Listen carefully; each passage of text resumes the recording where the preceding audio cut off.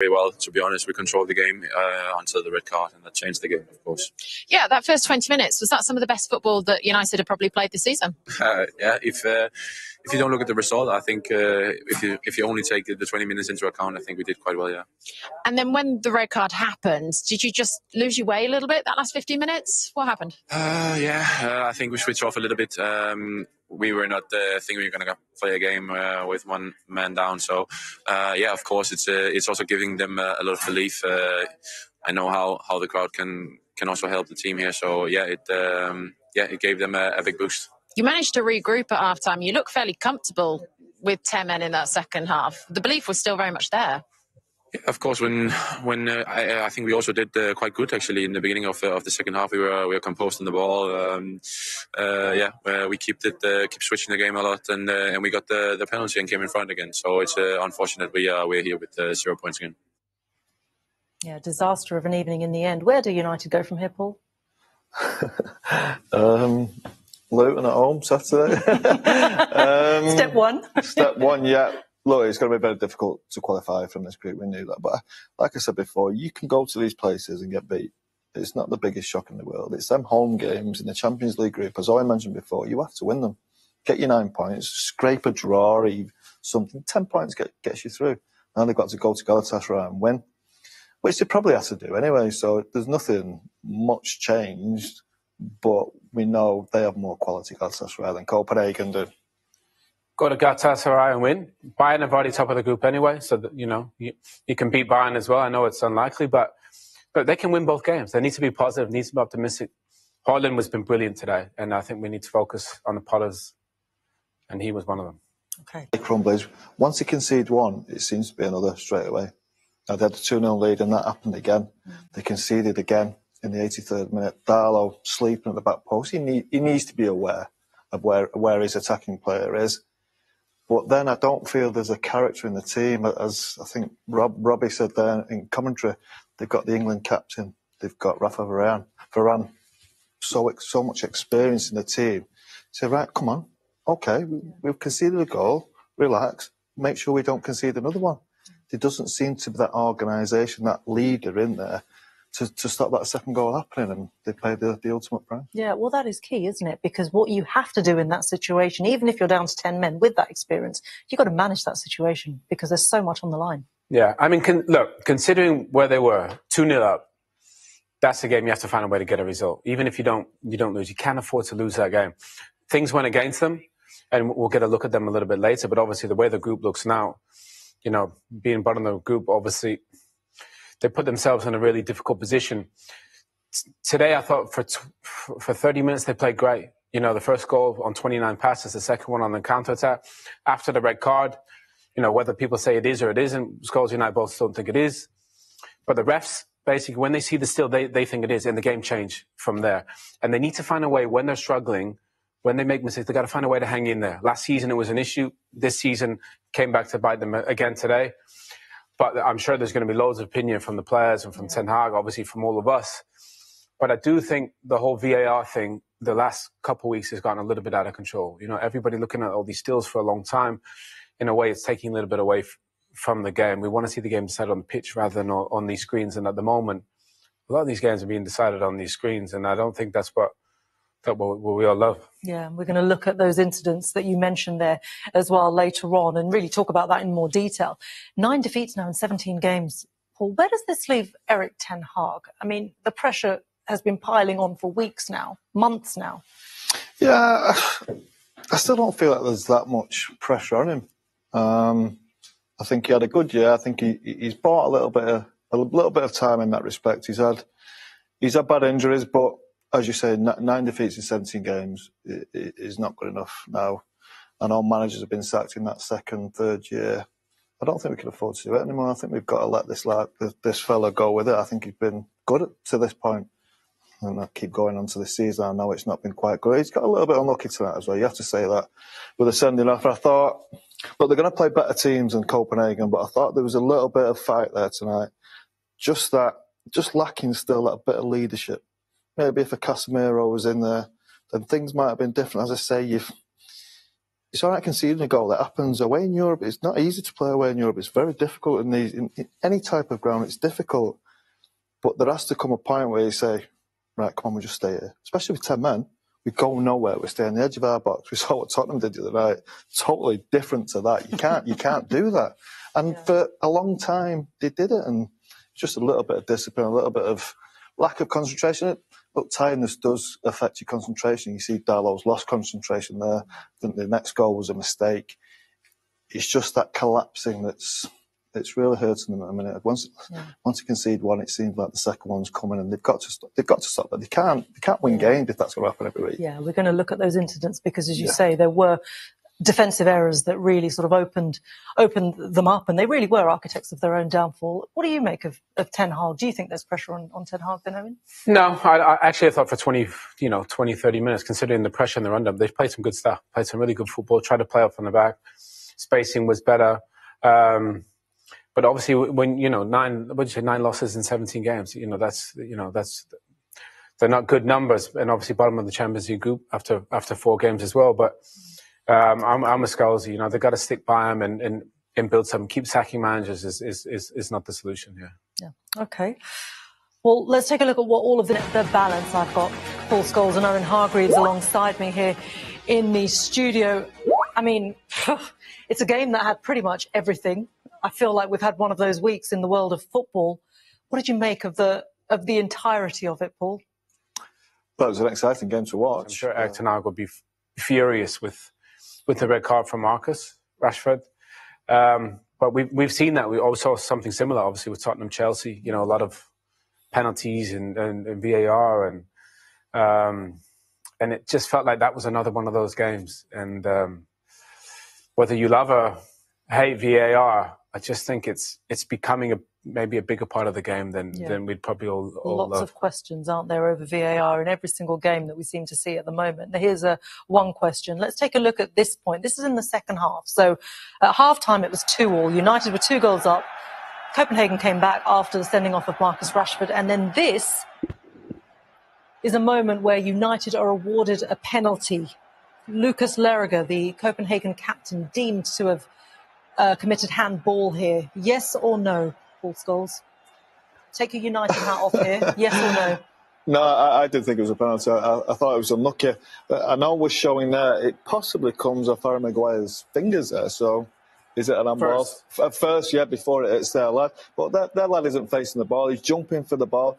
You see 3, people talk about having your hands in the air. You see 3 players there. They're all jumping. They've all got their hands in the air. You have to. It's a natural motion, You've got no choice. Yeah. I think where the confusion comes into it is, if this is England, I don't think it's a penalty. I think we've seen instances like that where they haven't given the penalty. It needs to be aligned across Europe, in my opinion. Yeah, I mean, the lads have done brilliant there, just with the little zoom in on it. Hits Harry Maguire's hand first. I don't know why the VAR don't get those pictures. Yeah.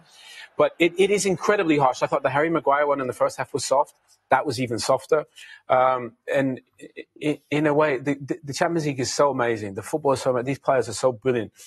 The game shouldn't be slowed down and zoomed in and stopped and all these stills. The reason the game is the best that it is, and the reason these guys are brilliant football players and not playing at Hyde Park with their mates, is because of the speed of the game. We're slowing the game down to a still on a screen. That's not what this game is. And, whether it's the red card or these handballs, we're going to have to let the game be the game and let it played at speed. If people make massive mistakes, fine. If something goes wrong, fine. But there's moments in that game today that don't need to be slowed down to a still. That's where I always hated the clear and obvious thing. There's no clear and obvious mistakes there, is there? I don't think. So why even look at it?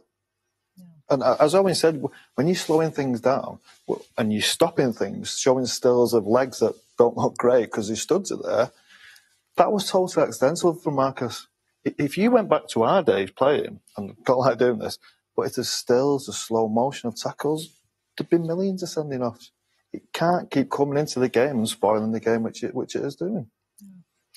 Okay, well, we can look at that red card incident because arguably this is the one that turned the game on its head. In the 42nd minute of the game with United 2-0 up, I mean, you've just said here, there's a natural pace and a natural rhythm to the game. And Owen, when they're looking at these images, that's what the referee and the VAR making their decisions on? Resh, the referee is a yard away. The first thing he sees is that still, right? They've sent him over.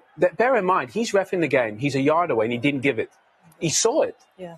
So it's a foul. The only issue I have with it is it's a little bit high. The reason it's high is because Marcus is not looking at him, because he's trying to look at the ball and he's trying to protect it. His arms up, his foot's up. Zidane used to do that. If he used to go tackle him, he used to put his foot up so you'd run into his thigh. That's all Marcus tried to do. But because he's not looking, he's a little bit high.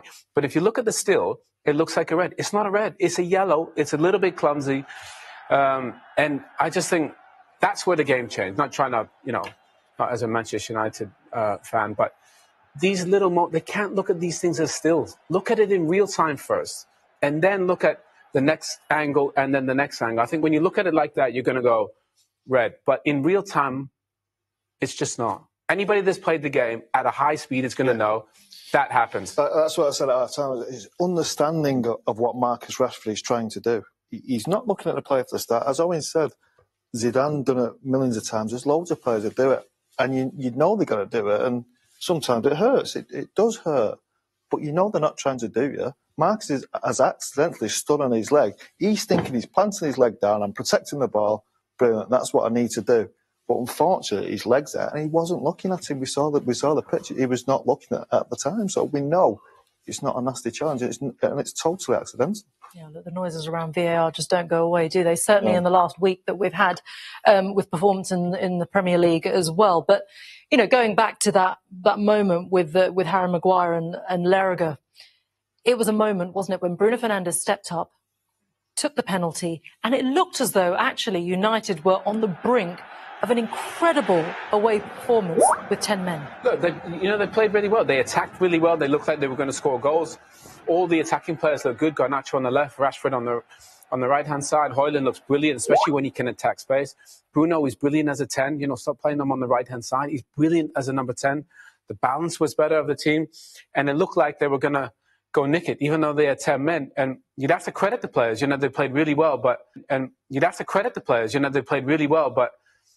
like we saw in the Tottenham Chelsea, there was so much more to come, even at 3-2. Yeah, well, look, just as at the end of the first half, it looked like United's problems were just self-inflicted. I mean, look at how they give this one away, Paul.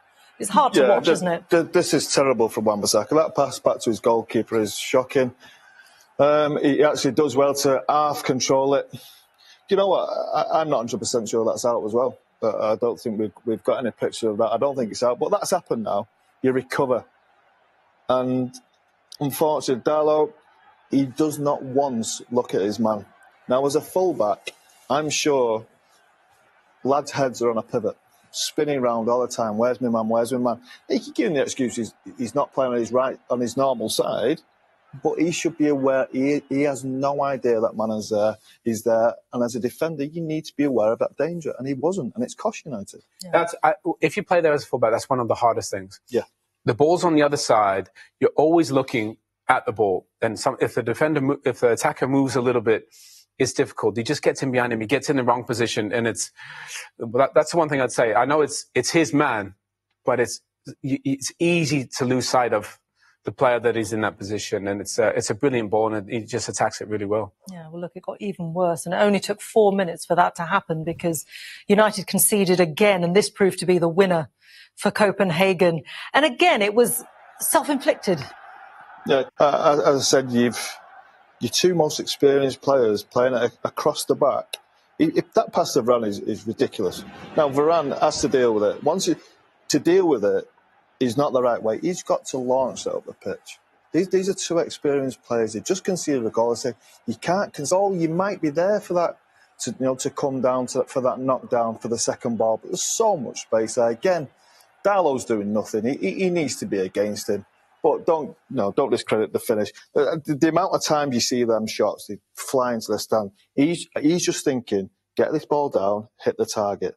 And you have to say, we've sent to one before, there's a big space when Arna's left, and give lad credit, it's a good finish. Is it naivety? Is it a lack of understanding? Is it a lack of quality? I mean, what is leading to mistakes like that? Because when you're in those high pressure moments, the stakes are so high, you know what's on the line. You're trying to secure a place in the next round of the Champions League. You've got to get a result here. How do you give those mistakes away?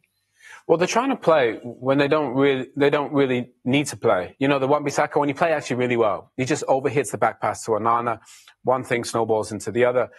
Maguire doesn't really need to play that ball to Varane. The square ball in there, you know, a 3-3, it's not really on, but it goes really bad. And that's the thing they got to fight against. You know, football it's happened to all of us. We've all been in a moment where it's difficult. You got to fight against it. You got to clear your lines. You got to get up the pitch. You got to play in the areas that you can. That Wan-Bissaka one overhits it, he'll know. Harry Maguire, don't square that. You know, Varane probably didn't really fancy it. And then all of a sudden, all these little things snowball, and then in the end, it affects the confidence. So it was self-inflicted, the third and the fourth goal.